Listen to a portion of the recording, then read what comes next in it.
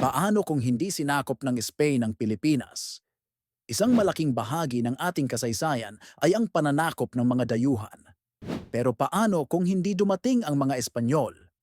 Walang Pilipinas kung walang Spain. Noong 1543, pinangalanan tayong Las Islas Filipinas ni Ruy Lopez de Villalobos.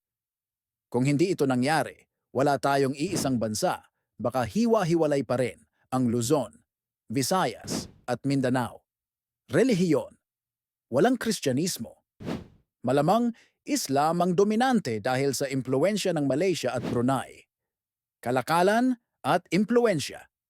Kahit walang Espanyol, siguradong maaabot pa rin tayo ng ibang bansa tulad ng China, Malaysia o Indonesia. Posibleng parte pa nga tayo ng mga bansang iyon. Portugal?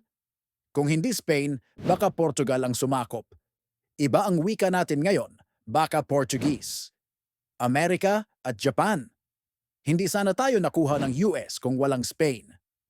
Pero dahil sa lokasyon ng Pilipinas sa Pacific, maaring nakuha pa rin tayo ng Japan noong World War II. Wika at estruktura. Walang intramuros. Mas dominant ang mga katutubong bahay kubo.